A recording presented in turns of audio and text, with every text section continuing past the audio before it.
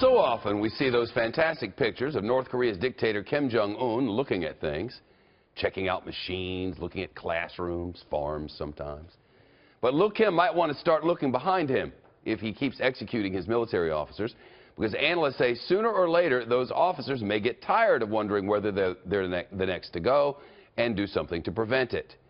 Just yesterday we reported here South Korean officials said that the dictator executed his chief military guy in charge of things for including corruption, and that general's corpse is only the latest in a long line of bodies punctuating Lil Kim's regime.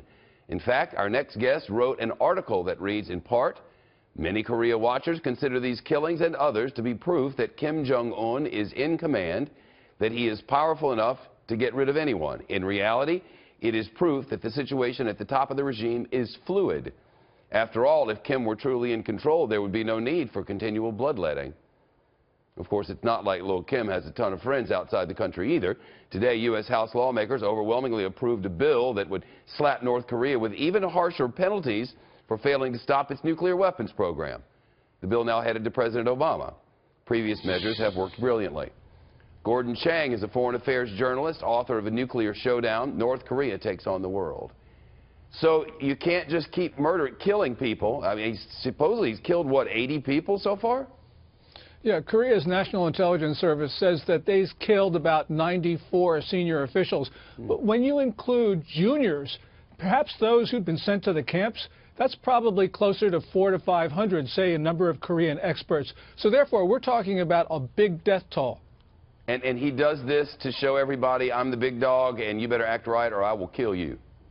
Absolutely. You know, he came into power in December 2011 unexpectedly. His father, Kim Jong-il, didn't have time to sort of prepare the ground, and Kim Jong-un didn't have the ability to put his people in place before he took over. So what he's trying to do is exert control. But this has gotten out of control because, as you pointed out, this killing has a dynamic all of its own. You create enemies, and those enemies then have to be killed. And so, therefore, we see a lot of blood on the floor right now. Of course, you feed them well. If you feed them well in a place where food is the big thing, then usually they're okay. Yes, but the one thing that Kim Jong-un has done with the military, he's taken away their export privileges, which means he's taken away money. And he's given it to the Korean Workers' Party, which is a competitor to the army. And so, therefore, that is a problem in terms of not only, you know, this is not only a question of prestige, it's also a question of welfare. And that's why I think he's pushing the military at a point where it very well may be one step too far. They have nukes. Who's taking care of that? And should we be concerned about that part of all this?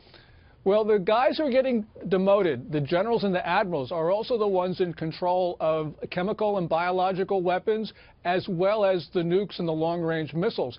And the one thing is that this North Korean regime is really composed of three competing groups, military being one of them. And the military knows that if it's being demoted, the one thing that it can do to sort of rescue its position is to create a crisis. Because in a crisis, the military is needed more than at other times. So this is a problem because the guys with the guns are also the ones who now have an incentive to use them. And we're all worried about Iran. Well, yeah, and we should be worried about Iran, but we should also be worried about the connections that Iran has with North Korea, because that nuclear weapon that was detonated in January and that long-range missile that was fired off last week, those are really developed with Iran's money, which means once these things are proven to work, they're going to end up in Iran's inventory. Enjoy it all today. It may be gone tomorrow. Gordon Chang, Absolutely. Mighty good at this stuff. Appreciate your insight. Thanks, Gordon.